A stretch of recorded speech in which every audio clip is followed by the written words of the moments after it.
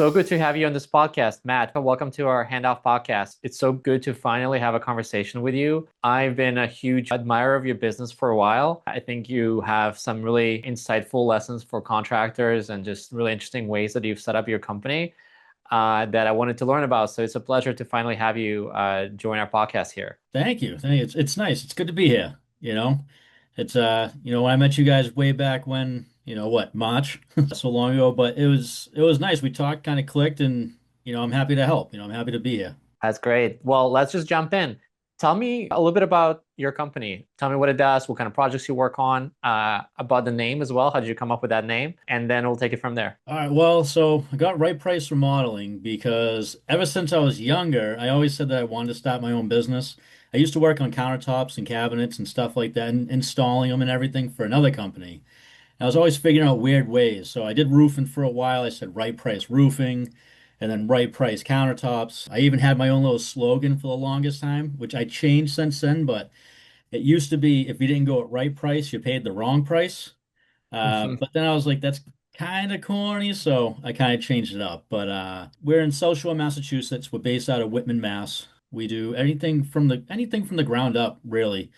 We're getting more and more into additions. We started off small. It started off with just myself, basic stuff, little things, sheetrock patches to, crown molding to fixing this, kind of like handyman stuff almost. And that's because I was by myself. I didn't really know how to get into it. I'm not a businessman, right? Like I'd never really written up estimates. When I first started this, it was what am I getting paid right now at my job? And that's what I was charging. So I was like, screw it. I'll make some extra money. And then one thing led to another. You learn more and more, and you figure out how to charge for certain things. And, so now we've grown very, very well so to, doubling, sometimes more each and every year since 2021. Myself, I've been working on houses since I was 11 years old. So we're going on 25, 26 years, 27 years, somewhere around there. That's And awesome. yeah, it's Well, tell me why the right price? Like, why was that the name that stuck with you? Right? Because I think contractors, sometimes, would say, name it against the location or maybe, something else that kind of inspires them. But it looks like the price was the thing that you felt is what you want to communicate to your customers, to the world, especially not just any price, right? The right price. the right price. So funny. It's funny. So growing up, my name is Matt Price, right? So my last name is Price. Growing up, everyone used to always say, "Oh, is the price right? Is right price?" Just over and over. So people used to mock me that way when I was kind of a kid, mostly like adults. You know what I mean? Like kind of just messing around with the younger kid. They bust your balls a little bit, and that's what they always used to say. So instead of, getting mad and everything like that, you kind of just take it, you turn it around, and then I started going into like the philosophy of it. You know what I mean? Like I've always had the outlook that we want to do a great job for the best price, right? So we don't want to overcharge anyone. We certainly don't want to undercharge. And so making that, it kind of all goes together, right price remodeling. We do remodeling. We do everything at the right price. So if we're at a very high-end job like we're on one right now, there's some people who would be quoting that way higher than what we are just because it's a high-end job where we don't want to make $1 million off of one single job. What we want to do is do a good enough job, a great job for a great price. And that way they tell everyone, which will then allow us to grow. And at that point, that's how I think that a successful business should be run.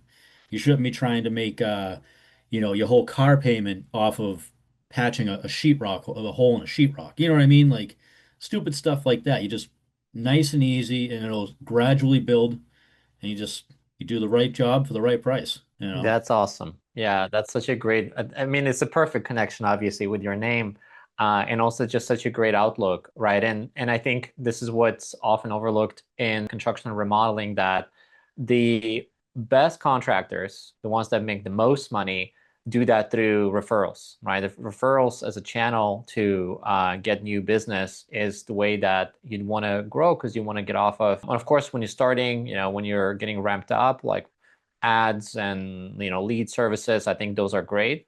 But then ultimately, I think once you have so much, referral business, you're like the best known for the type of product you deliver in your area. That sort of compounds, right? And you can just and sometimes you can even become selective, right, about the types of projects that you end up taking on. And it looks like you guys had a bit of that too when you started off doing handyman jobs, and now you're building up all the way to remodels and high-end remodels and even ground up projects as well. No, absolutely. It is. It's one of those things. So a good successful construction company or any business, you need to have trust.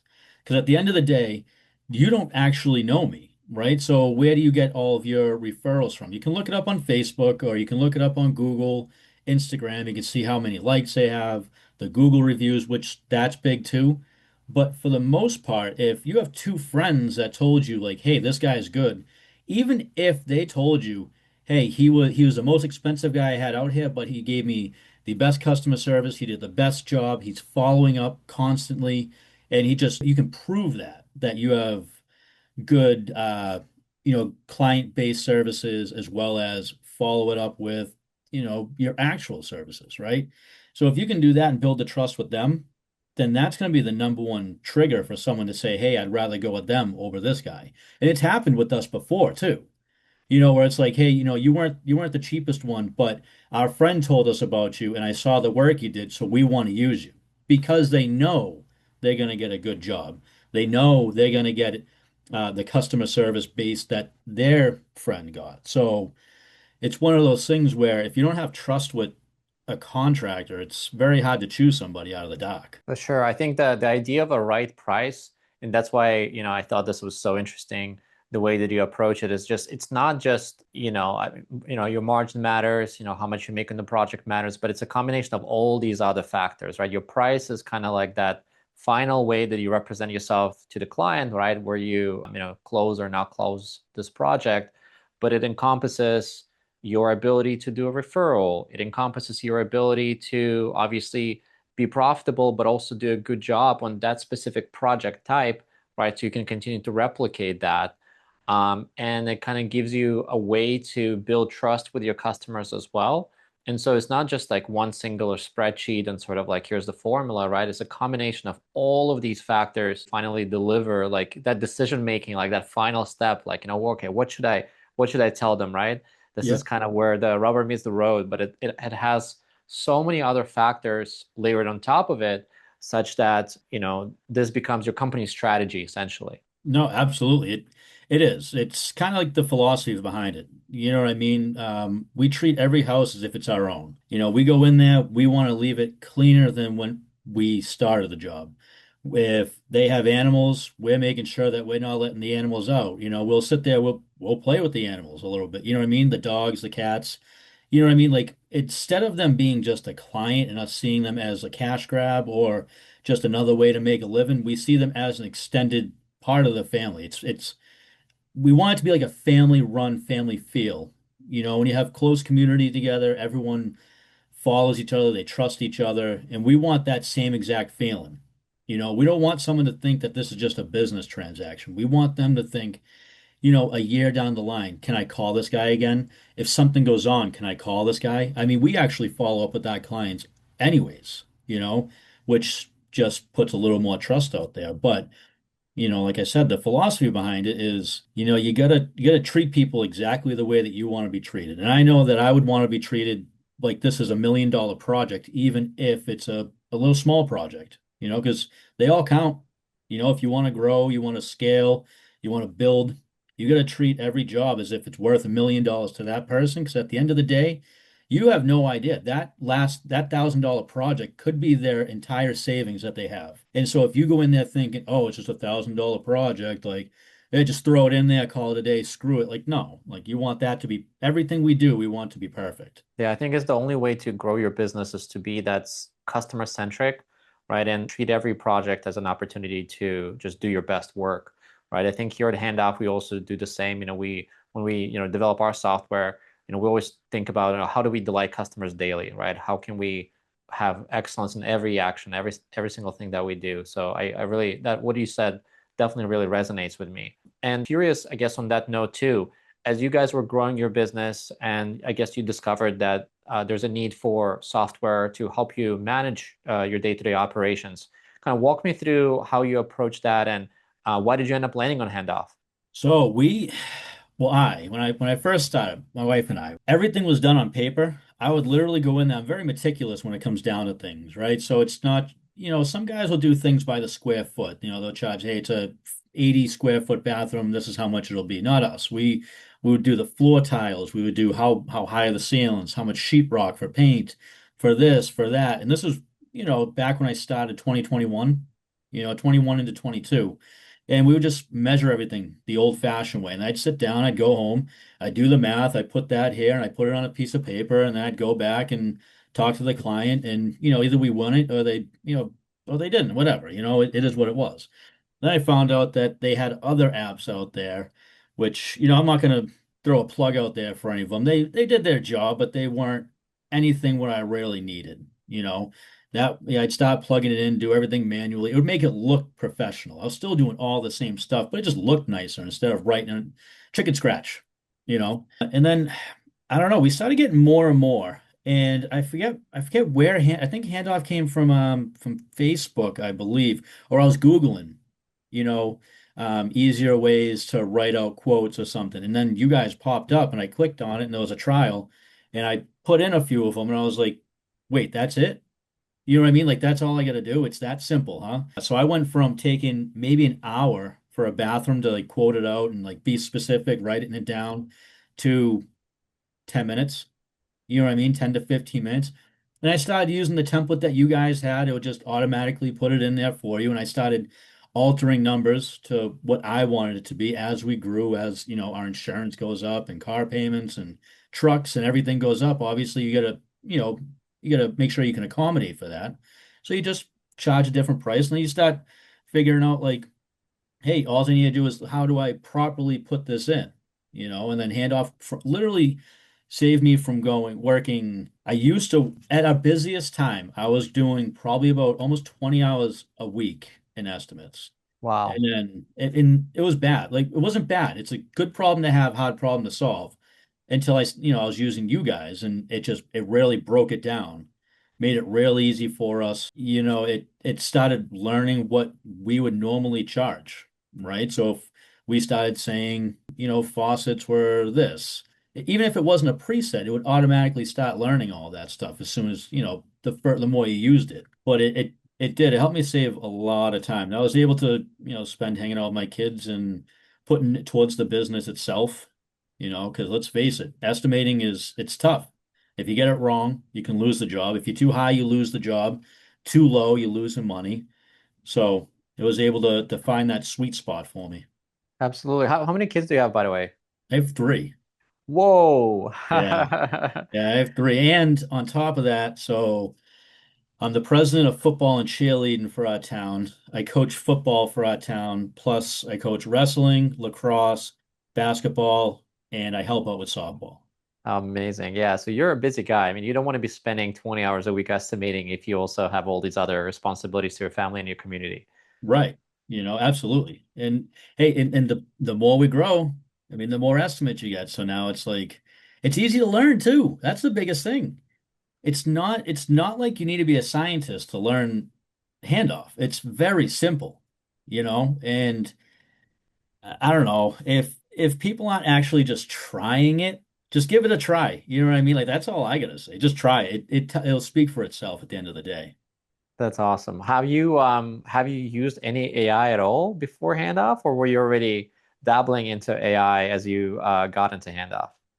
No, so Handoff was actually one of the first AI pieces of technology I was using. So I knew it was out there, but I was always kind of skeptic of it. I was like, kind of like the laser levels and stuff, how the laser measures, tape measures. Yep. You kind of skeptic of them at first. Like, I don't know, I don't know. So I did do that at first with Handoff, and this was back, two, maybe three, almost 3 years ago, something like that. Wow. And you'd do it and you'd be like, I don't know. And then you double check it against your own work, and it's like, hey, this is actually really close. But one of the best things about it though is that it would remember certain things that I wouldn't. So I would never account for screws. I would never account for like compound tape or framing nails or anything like that. Like I would, but I wouldn't, like I would just think like, $5 for screws. This, it like automatically puts it in there. So it takes the thinking out of it, which makes everything a lot easier. It's not like you don't know that you need to use them. It's just you overlook it when you do something so many times.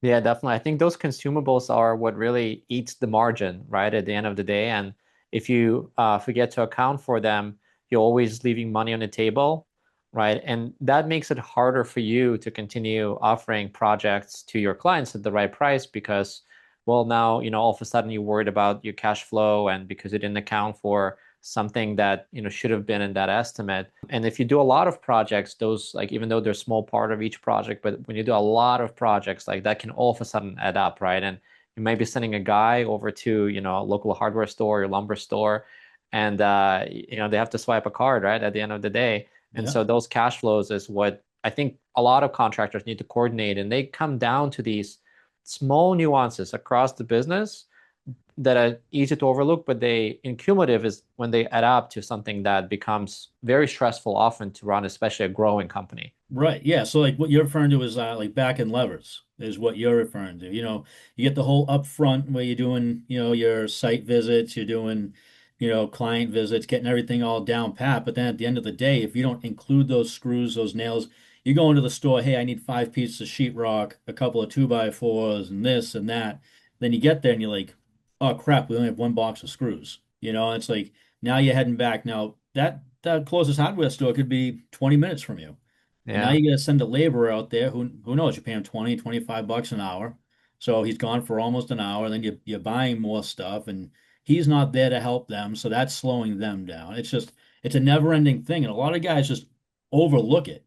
Whereas if you just be a little more cautious in your preparation, which Handoff definitely helps out with, then you end up saving money in the long run, which means more money in your pocket, or you give it back to you guys. Profit sharing, you can donate it, you can do whatever you want with it.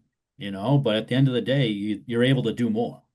Yeah. I mean, and also fuel costs, right? Yeah, Especially these days. yeah, yeah. Especially in big old trucks. Exactly, especially in the trucks that contractors have to drive. Yeah.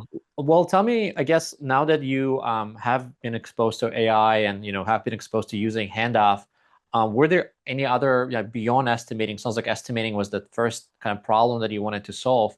Were there other use cases that you found, Handoff and maybe even AI more broadly is helping you in terms of running your business today? Yeah, I mean, let's face it, AI is taking over, right? And there's no way around it. There's no stopping it. So the only way to do things is to get used to it and learn how to use it. And if the best way I can explain, so I slowly started using like ChatGTP. I dabble in Claude a little bit, but for the most part, I still want to try and do the whole cognitive thinking, try to figure things out on your own. You don't want to be totally reliable on AI. But the easiest way to describe how to use AI is AI is the smartest thing you can use, but you need to talk to it like it's an 8-year-old. You need to be very thorough, very clear. You can't just say, just do this. Don't, what I mean? Like write a letter.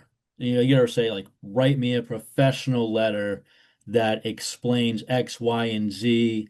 Don't be overcomplicated. Like the more you give it and the more details you give it, the better off you are, which is the same thing with Handoff, right? Let's face it. I mean, you can go in there and say, I have a 5x8 bathroom that I need to remodel, and it's just going to spit out whatever it thinks a 5x8 bath remodel needs. Whereas if you say, hey, we're replacing this tub with a new acrylic tub that's Kohler and we're doing tile walls with this much square footage and the floor, we're tearing it up, possible mold, the baseboards need to come up and so on and so forth. The more details you give it, the better off it is. And the more presets that you put into Handoff, the more it can take your own information just by using your words and build you an estimate in minutes. Yeah, and ultimately that's what you want to do, right? Over time, you want to teach any AI about your specific preferences and presets and the way that you do things. And I think that's a really good advice is that AI will do as well as you instruct it to do, right? But I do think the models have gotten overall just like stronger and better, and especially specialized models like the Handoff's AI model. But at the end of the day, I think they always say like garbage in, garbage out, right? And it's like if you had an estimator, right? If you bring an estimator out and you tell them like, hey, this is, 10 by 10 remodel for a bathroom, like, and that's all you say, the possible prices they will come up with will vary, wildly. But if you give it, some idea of, just some basic scope, that tends to always help, like it wouldn't, with AI or whether that was real life estimator. No, absolutely. Like you said, garbage in, garbage out, crappy questions get crappy answers. It's all the same thing. You just got to be thorough, right? Like you gotta talk to it like you know what you're talking about. It's there to help you make everything easier, but doesn't give you an A-OK to be dumber. Like you still need to be on point with what you're trying to get across. You're having a conversation with a computer. It doesn't recognize feelings. It doesn't recognize slang, stuff like that. You know what I mean? So Yeah. you gotta be very thorough with it, just straightforward. Let's talk about the rest of the bidding process, right? So like once you do prepare an estimate, setting out a proposal, what did you learn about that process as well? I think different folks have different opinions on how to actually win the proposal. Like some folks believe that speed really matters, right?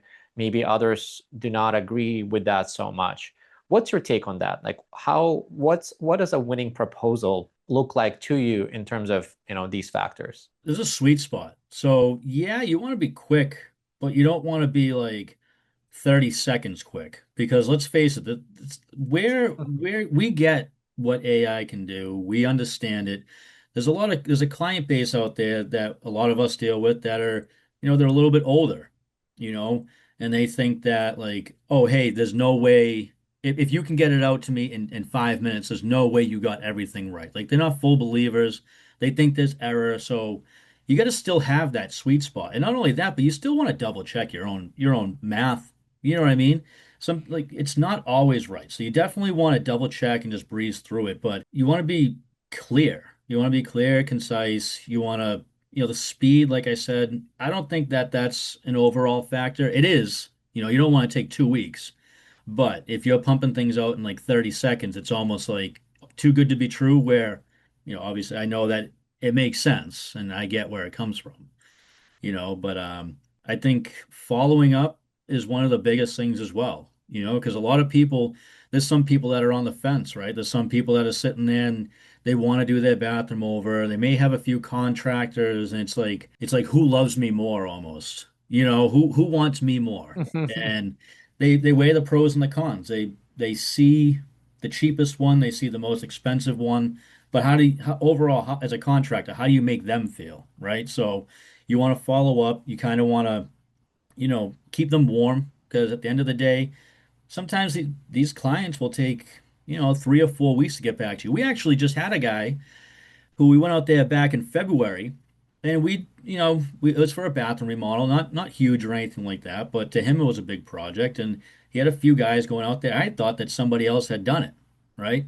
So, we're talking back and forth, and he just doesn't answer. And so recently, a couple of days ago, actually, he sent me an email saying, "Hey, by the way, Matt, sorry for not getting back to you. Life got ahead of us, then summer hit, blah blah blah. We'd love for you to come out and do our bathroom remodel." So it's like you just stay fresh. He was, telling us about like, we loved how you presented yourself and everything looked professional when you sent it over, and so it's nurturing it, if that That's makes awesome. sense. Yeah, I think a lot of folks miss the fact that deals are often closed because of these follow-ups, right? Or just in general being good communicator, right? And I think the clients start to assess how good of a communicator you are from the very first touch point. Like it could be even, if they reached out to you, how quickly did you respond back? Did you pick up the phone, right? When you did pick up the phone, did you give them the attention that they wanted, right? Did you answer their questions? Did you send them a follow-up email, follow-up text message with what you talked about? Did you schedule a appointment that was soon enough and, showed up on time and all of those things, right? And then on site, of course, being presentable. But it's like all of these aspects of client relationship that I think add up to closing, a great project with a great customer. And I think folks sometimes focus just on one aspect of that. It's like, just maybe like just being on site, right? But it's really a client would assess you across every single interaction, and on every single interaction they will judge how good of a match you are to that project that they're trying to do. They're to remodel their home. Right. It like boils down. It comes about chemistry, right? Like you're saying, it's just how you make them feel. You get back to them, you treat them with respect.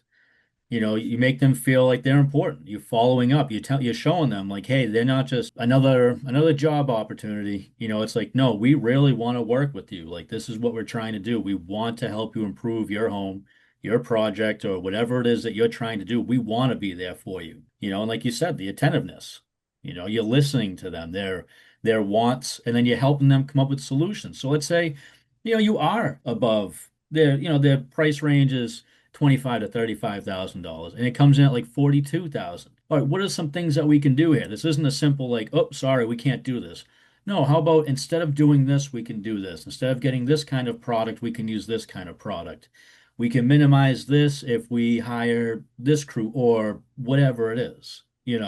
So it's about working with them and giving them what they want and being able to, do it within their budget, their timeline, and it's there's a lot of respect to it. There's a lot more than just going into a house and fixing it when you're trying to build a good, successful business. Yeah, and I think what maybe some folks are just coming to realize is that AI is what allows you to be more customer centric, to be better at these human interactions, right? Because a lot of the time that you would have been spending doing back office work or estimating work, right? That takes away from your ability to pay attention to your customers. Now you can automate that work, right? And those 20 hours, they're all of a sudden back, right? So you can be responsive, you can be on time, right? You can be present with your customers. And also to do those complex things like value engineering, right? Because you can say, you can go back to Handoff and you can say, all right, this proposal came in at 40, the customer wants 25. What can we do here to manage the price of this job to meet that requirement? Exactly. And you can just talk right into it. It can give you ideas. It can give you breakdowns. I mean, there's a lot of little tips and tricks you can use with AI. There's so much to learn. Is that something you've tried already as well, like to be able to kind of do value engineering through Handoff in terms of going back to the AI agent and saying like, hey, the client is trying to hit this number. What can we do to get closer to that number? I haven't done it with handoff, but I have done it with AI, trying to figure it out. And of course, that's like I said, I try to still be cognitive and I'll still try to do things on my own because I'm a problem solver. You know what I mean? Like whenever I'm trying to do something, I'm constantly thinking, is there an easier way to do this? And I'll use AI as a tool. You know what I mean? Like not fully reliant, but like as a tool. If there's a million different things going on in my head, have AI helping me with this and while I'm doing this and then vice versa and you mix and match. Handoff, I haven't really done that, but it's a good option to use. Yeah, check it out. One of the cool things that we've been working on is enabling the handoff agent to be more like a business advisor. Right? I think you're going to see that more and more in the app where you can go and ask handoff overall questions about your company in terms of how should I, better manage my finances, or what is my current profitability, or how can we close this project given the customer requirements, or given what the market prices are for materials, right? For example.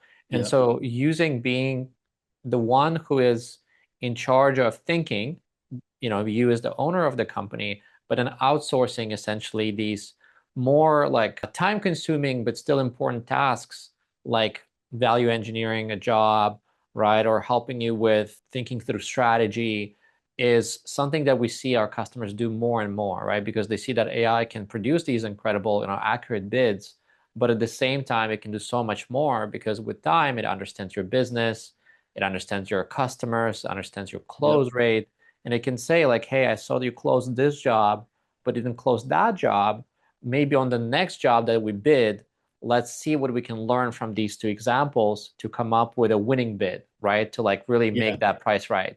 Yeah. I mean, there have been times where I've sat there and it'll say like, looking at the previous quotes for plumbing, for electrical, for this, the Colatosti project did this, and this. The Pierre project was this, and this. Based off of this is how much this should cost. And it's getting wicked smart, I'll tell you that. It's taking the thinking right out of it too, which is easy when you have full confidence in it, and you throw something in there, it's $1,000 higher, $1,000 lower. You're figuring out why. For instance, we do a lot of tub transitions, so from tub to showers conversions, and some of them they range, right? They can, for the most part, they're the same, but they can range depending on what you're putting in there.